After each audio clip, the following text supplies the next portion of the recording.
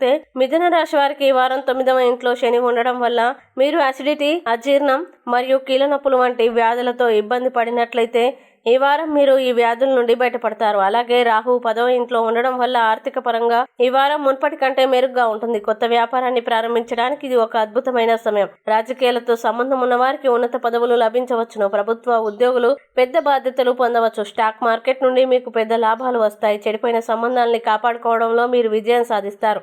ఈ వారం మీకు అన్నయ్యల నుండి మద్దతు లభిస్తుంది. మీ జీవిత భాగస్వామితో మీకు సంబంధం బలపడుతుంది. కొత్తగా ఏదైనా చేయాలనే ఉత్సాహం ఉంటుంది. మీరు దూరం ప్రయాణం చేయవచ్చు. అయితే చిన్నపిల్లల పెంపకంపై శ్రద్ధ వహించండి. ఏదైనా పెద్ద ఆర్థిక పెట్టుబడి పెట్టే ముందు బాగా ప్లాన్ చేసుకోండి. మరియు ఏదైనా నిర్ణయం తీసుకునే ముందు అన్ని అంశాల గురించి ఆలోచించండి. ఆకస్మిక ఖర్చులు మీ ఆర్థిక పరిస్థితిని ప్రభావితం చేయవచ్చు. జీర్ణక్రియ బలహీనంగా ఉండడం వల్ల మీకు అజీర్ణం మరియు కడుపు నొప్పి సమస్యలు వస్తాయి. మీరు భావోద్వేగానికి గురి కావడం ద్వారా మీ రహస్య ప్రణాళికల్ని లీక్ చేయవచ్చు. అందుకే ఈ వారం మీరు చాలా భావోద్వేగానికి గురి కాకుండా ఉండాలి. ఇక మిథున రాశి వారు ఈ వారం చేయాల్సిన పరిహారాలు గనక చూసినట్లయితే ప్రతిరోజు 21 సార్లు ఓం దుర్గాయ నమః అని జపించండి. అలాగే మిథున రాశి వారికి అనుకూల తేదీలు గనక చూసినట్లయితే వీరికి 12వ తేదీ చాలా మంచి రోజు. ఈ తేదీలో ఏ పని ప్రారంభించినా సరే మంచిది.